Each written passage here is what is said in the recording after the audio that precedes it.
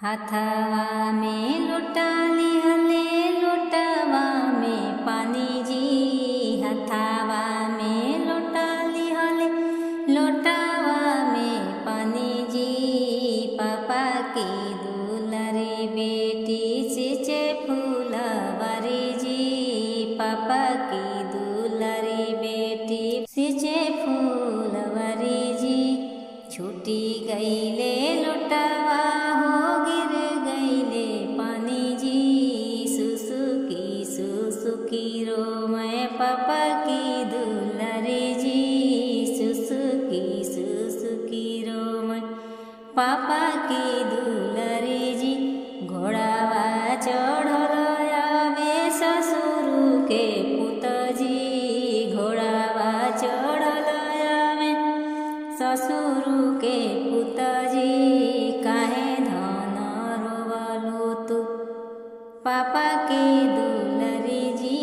काहे धन रोवलो तू पापा के दुलारी जी। छूटी गईले लोटवा हो गिर गईले पानी जी। छूटी गईले लोटवा हो गिरी गईले पानी जी। वही गुने रोई हम पापा के दुलारी जी।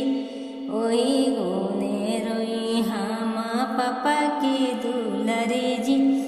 नदिया किनारवा से भरिला पानी जी। पनिया भरिया धानी सींच फूलवारी जी।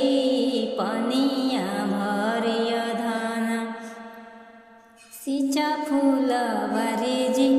हाथवा में लोटा लिहले लोटवा में पानी जी। हाथवा में लोटा लिहले लोटवा में पानी जी। चाचा की दुलारी बेटी सींचे फूलवारी जी। चाचा की दुलारी बेटी